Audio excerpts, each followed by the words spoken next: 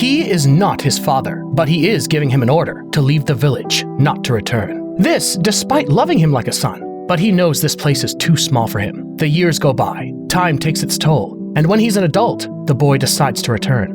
He believes that now he is stronger and will be able to bear the nostalgia. But if you're someone who left your place of origin, you know that memories can be overwhelming. Maria tries to call her son Salvatore from Sicily to inform him that someone has died, but she can't reach him. Her daughter Leah tells her it's useless. He's probably busy and might not even remember. She asks her to stop thinking about him, since it's been 30 years since he last visited. But Maria is convinced that Salvatore will remember. Meanwhile, in Rome, Salvatore, a renowned film director, arrives at his apartment. Clara, a young woman who's been sleeping in his bed, tells him that his mother called and mistook her for someone else. Then she tells him the call was to inform him of Alfredo's death and that the funeral will be held tomorrow. The news hits him hard, leaves him pensive, and he begins to remember his childhood. When he was 9 years old, he lived in Giancarlo, a town in southern Italy, shortly after the Second World War. They call him Toto, and he serves as an altar boy in the church. He assists Father Adelfio, although he sometimes falls asleep during Mass, which infuriates the priest, since if he doesn't hear the bell at the consecration, he gets lost and doesn't know what to do. Toto explains that they don't have lunch at home, and that the doctor told his mother that's why he's always sleepy. The priest dismisses him because he has to go to the village cinema, the Cinema Paradiso, to review a film and censor the scenes he considers scandalous. Toto insists on going with him, but the priest drives him away. Even so, the boy manages to sneak into the theater. There, the priest instructs Alfredo, the projectionist, to start the film The Lower Depths by Jean Renoir. During the screening, he rings a bell to mark the scenes that must be cut.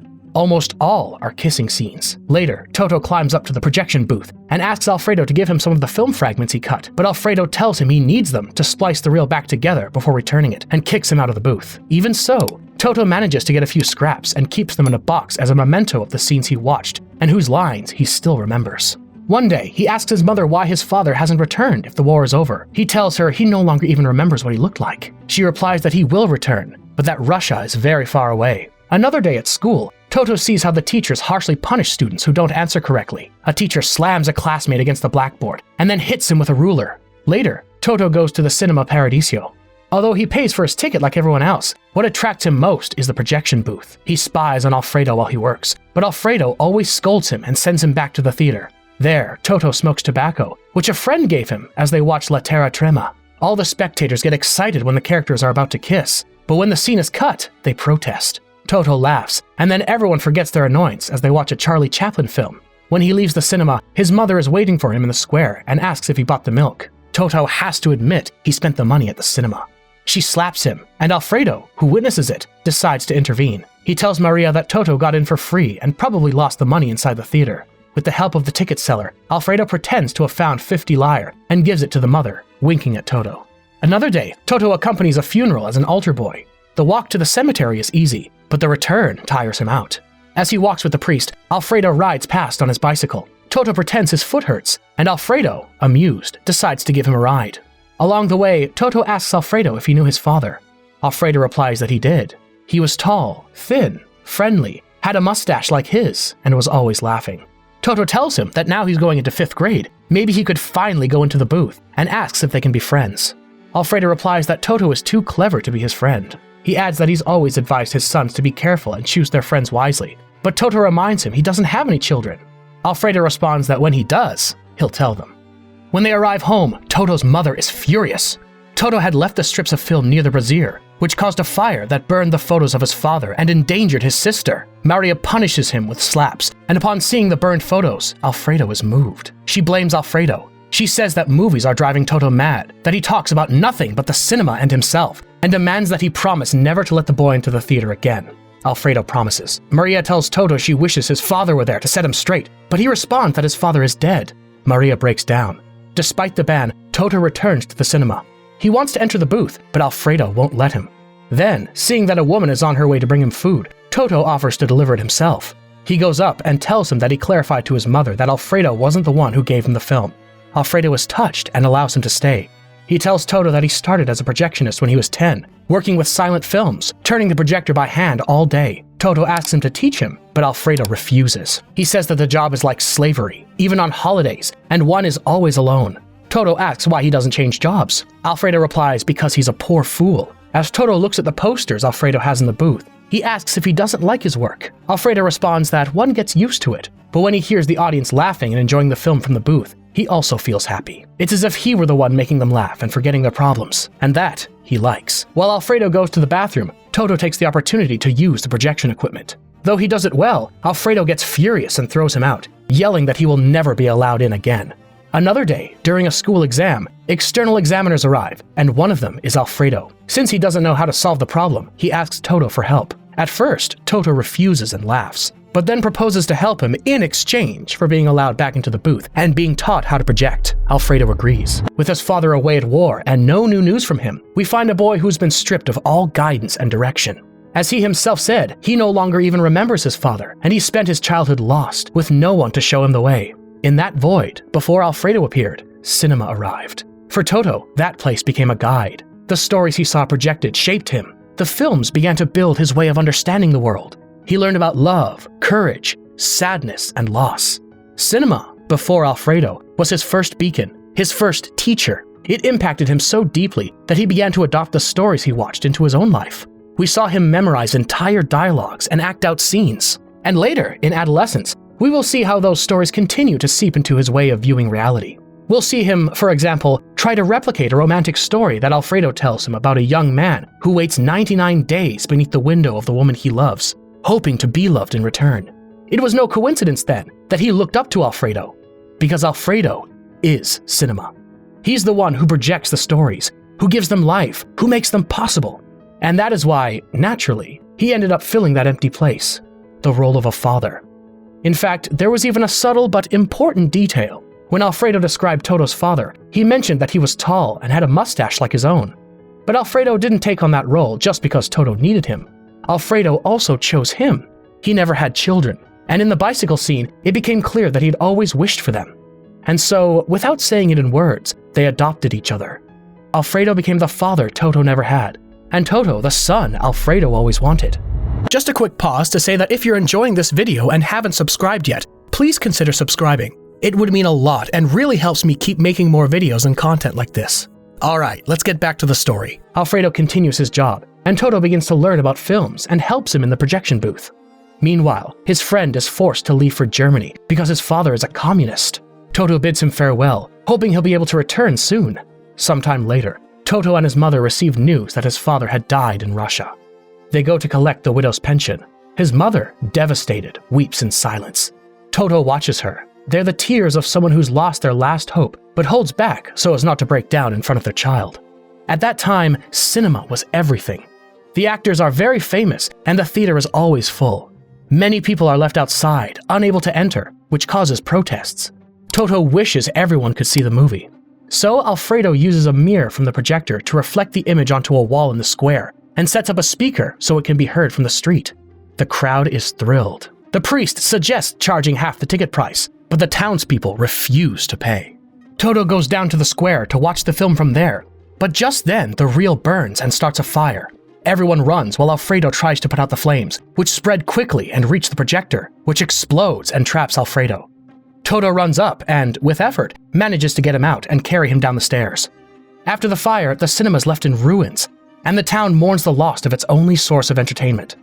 But Spacafico, the Neapolitan who won the lottery, buys the theater. Father Adelfio blesses the reopening of the new Cinema Paradiso, and Spacafico appoints Toto as the projectionist, with his mother's permission. At the opening, Anna is screened, and the kissing scene with Silvana Mangiano provokes cheers and applause. Suddenly, a man enters the booth. It's Alfredo, now blind. Toto is delighted to see him. He tells him he's doing well in school, but that with this job, he may not return.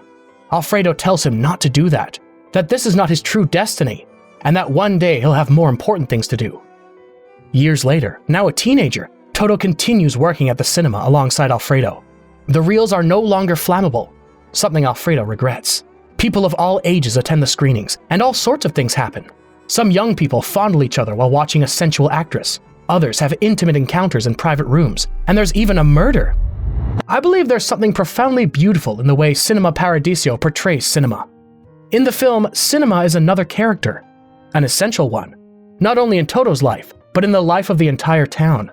From youngest to oldest, everyone gathers in that theater as if going to mass, as if seeking something sacred, because for them, cinema is precisely that. A sacred space where, for a while, they can live others' lives, feel other sorrows, other joys. and escape their own, if only for a few minutes. And there's also something deeply human in that theater. People laugh, cry, shout, and share food and emotions, regardless of age or gender.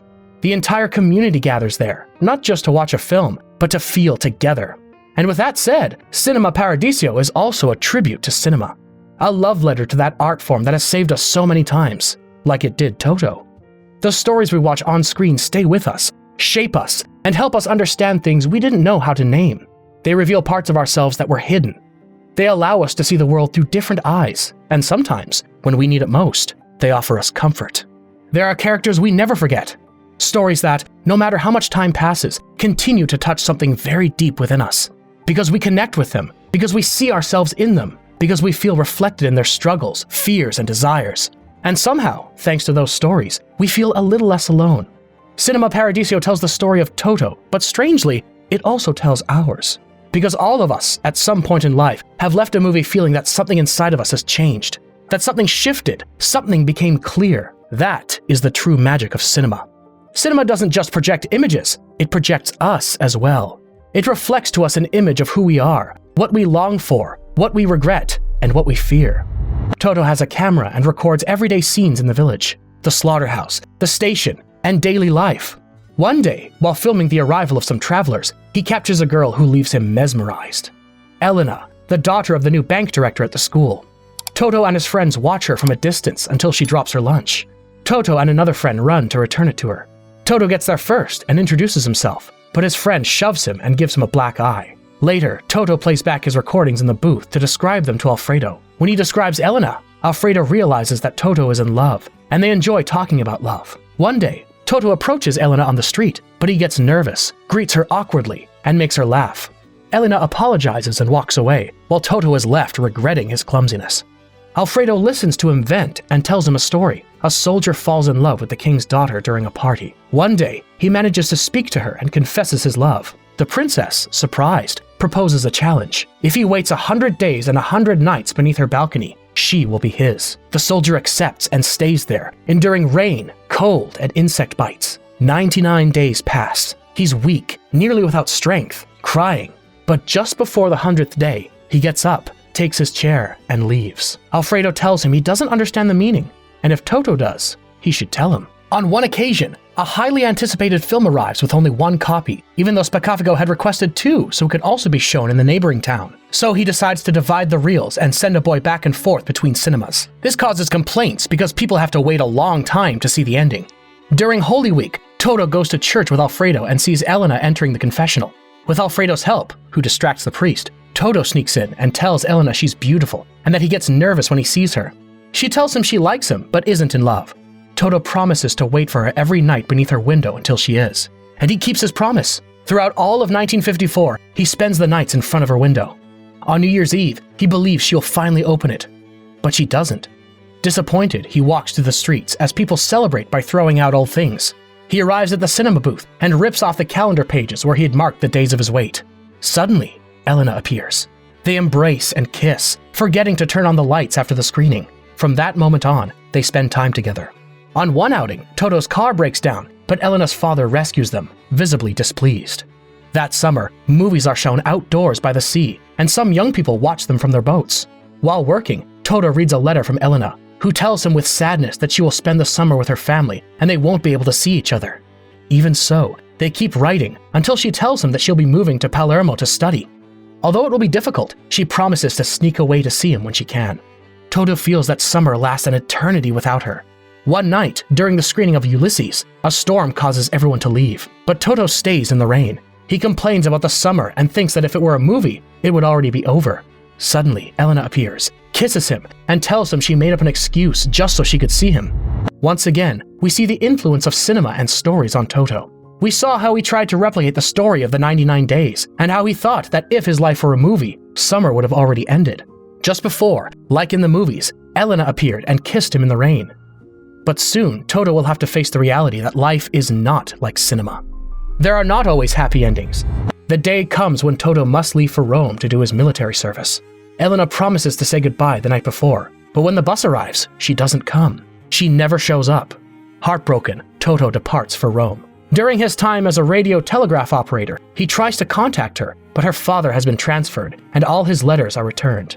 When he comes back to the village, he sees that there's a new projectionist at the cinema, and that his old car is now being used as a chicken coop. Toto finds Alfredo bedridden. He no longer goes out or speaks to anyone. When Toto asks him why, Alfredo tells him there comes a time in life when talking or staying silent amounts to the same thing. He asks him to take him to the sea. There, Toto tells him everything about his military service and that he's not seen Elena again. Alfredo says maybe that's how it had to be, that everyone has their star to follow. He then tells him he must leave, that this land is cursed, and if he returns too soon, he will only find the same thing. He says Toto is blinder than he is, because life isn't like the movies. It's harder. He's young. He must go. The world belongs to him. He no longer wants to hear him talk. He wants to hear people talk about him. Toto finally decides to leave. Alfredo accompanies him to the station with his mother and sister. Before saying goodbye, he makes one last request, that he not return, that he not think about them, that he not be fooled by nostalgia. And if he does come back, he doesn't want to see him. Toto thanks him for everything and hugs him. Alfredo tells him that whatever he does, he should do it with love, just like he once loved the projection booth at the Cinema Paradiso. And with that, Toto leaves. Alfredo saw enormous potential in Toto from the time he was a boy. He noticed his cleverness, his curiosity, his passion, and deep down, he also saw in Toto the possibility of a life he himself had never been able to live. The opportunity to learn, to grow, to leave the village and become all that one can become when there's someone that helps you believe in yourself. That's why he pushed him. When Toto thought of dropping out of school, it was Alfredo who insisted he not do it. He believed in him with deep conviction. And that's why, years later, when Toto returned from Rome, already a young man, Alfredo carried out his last paternal act of love. He pushed him, almost forced him, to leave the village and never return. Because although films had shaped Toto's heart, real life is harder, more complex, and less poetic. Life demands difficult decisions. Alfredo knew that the love for the village, for its people, for the past, could become a chain. He knew that if Toto stayed, he wouldn't flourish. He would never reach what he was meant to become. That's why he insisted that he leave without looking back, that he seek his place beyond that small town that could no longer offer him what he needed to grow. Alfredo said goodbye, knowing it would be the last time he would see Toto, and that devastated me. It made the scene all the more moving. It was a deeply loving act, but also heartbreaking. It was an act that only true fathers perform, letting go so the other can grow. Cinema Paradiso is a love letter to cinema, yes, but perhaps more than that, it's a love letter to the people who leave a mark on our soul. Alfredo was one of those old-school fathers who taught the essentials so one could become an adult and face the world. Men who worked tirelessly so others could enjoy life, and who never expected recognition for what they did. The kind with hardened hands but soft eyes. The kind whose rough exterior could never hide the immense heart they carried within. He was not Toto's biological father, but he was the one who made him a man. He was the teacher who taught him to look beyond the screen, beyond fantasy, and toward life itself. In the present, after so many years, Salvatore returns to his homeland by plane. His mother, with pride, shows him the renovated house and his old room, where she still keeps mementos from his childhood, photos, an old projector, and a picture of him with Alfredo. At the funeral, there are few people. Maria tells him that Alfredo would have been happy if he had come, that he spoke of him even in his final moments. The procession crosses the plaza, and Salvatore sees the Cinema Paradiso, now in ruins. He recognizes some neighbors and elderly residents. He runs into Spacafico, his former boss, who tells him the cinema closed 6 years ago due to the crisis, television, and videos. No one went anymore. The town council bought it, and soon it'll be turned into a parking lot. Salvatore helps carry the coffin to the church. After the funeral, he goes to Alfredo's house, where Anna gives him a box with the reel of film that Alfredo left for him. She tells him Alfredo always said Salvatore should never return to the village, and that before he died, he even requested that no one inform him. Salvatore enters the old cinema, which is about to be demolished. As he walks through it, he remembers the noise of the audience. He climbs to the projection booth and finds pieces of film scattered on the floor. Later, in his room, he watches the recording he made of Elena, and a few tears escape him. I can't help but see this film as a tribute to all those who, at some point in their lives, had to say goodbye to their place of origin, to their streets, their homes, their people, because they were too big to stay. Leaving is sometimes a necessity, and the most painful part is that, often, those who stay behind know it. That's why, instead of begging them to stay, they chose to harden their expression, to disguise affection with indifference. They prefer them to leave, thinking they are hated, rather than make the parting more difficult with tears. And then time passes. Years, decades, and when one finally returns, time has done its damage. Nothing is the same. The temples of childhood are no longer there. The houses have changed, the streets seem smaller, and the faces have aged or are gone. Nostalgia blends with reality, and one doesn't know if they are walking among ghosts or memories. And yet, among so much loss, something remains. Something that neither time, nor distance, nor death can destroy. Love. Anyone who has returned to their hometown after many years knows that feeling. That kind of déjà vu that comes without warning. A breeze, a familiar scent, a voice that sounds like another. The sight of children running where you once ran. And suddenly, your heart tightens. Because in a second, all that past comes back like a wave. Painful, but beautiful. It's astonishing how the past can feel so recent when matters of the heart are evoked. What one believed forgotten returns with overwhelming clarity, as if it all happened yesterday. And that's when you understand that the only thing that truly remains is love. Love and gratitude. For what we lived, for our roots, for those who saw us off, for those who taught us to dream. For those still there, waiting with a warm plate and a smile that holds no reproach. And also for those who are no longer there, but whose presence is felt in every corner. Later, Salvatore confesses to his mother that he'd always been afraid to return. After so many years, he thought he would be stronger, but everything hits him all at once, as if he'd never left. Even though he no longer recognizes anyone, he also admits that he abandoned her. He left without giving her an explanation. His mother tells him she never asked for one, that he did the right thing by leaving and achieved what he wanted. She adds that whenever she calls, different women always answer, but she's never heard a voice that truly loves him. She confesses that she would have liked to go with him, in love, but that her life is now elsewhere. Here, only ghosts remain. Toto never stopped looking for Elena, not when he called her during military service, nor in the 30 years that followed. In every woman he was with, he seemed to be searching for something he couldn't find. He changed partners, but none of them were her. Elena's absence became a constant presence, a void that accompanied him wherever he went. And perhaps it was that same quiet, persistent emptiness that inspired him. Some say that great art is born from unfulfilled longing, from the search for what is never attained. And maybe that's why Toto's films were so great.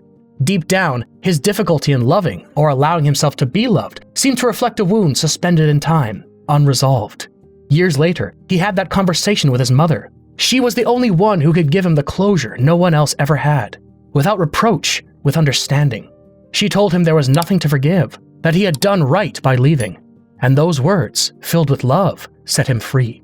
They permitted him to make peace with the young man he once was, with the choices he made, with everything he left behind. And maybe it was then, only then, that Toto was finally able to stop searching. The next day, Salvatore witnesses the demolition of the Cinema Paradiso, which is also his final farewell to Alfredo. He and Spaccafico cannot help but cry.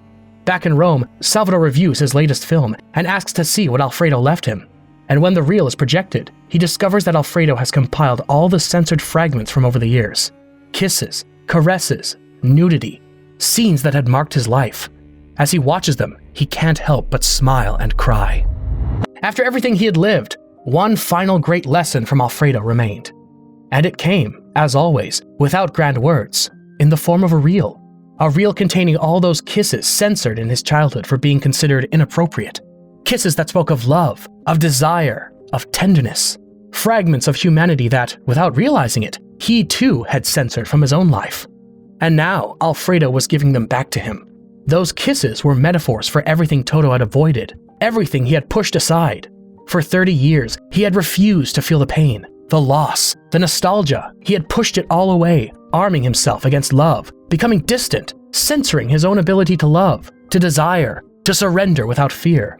But in his attempt to protect himself, he also ended up alone. And so Alfredo appeared once more, to remind him that this too mattered. And he showed it to him in a painfully beautiful way, with the beauty of what was once forbidden, but which always, always deserved to be seen and lived. And Toto understood. He finally understood. Perhaps that was what he needed, to return to the beginning, to speak with his mother, to walk through the ruins of what once was, and to receive that final gift, to finally unlock the emotional block that had followed him for so many years, to finally open himself to the possibility of feeling again, and perhaps also to finding love once more, as he did back at the Cinema Paradiso.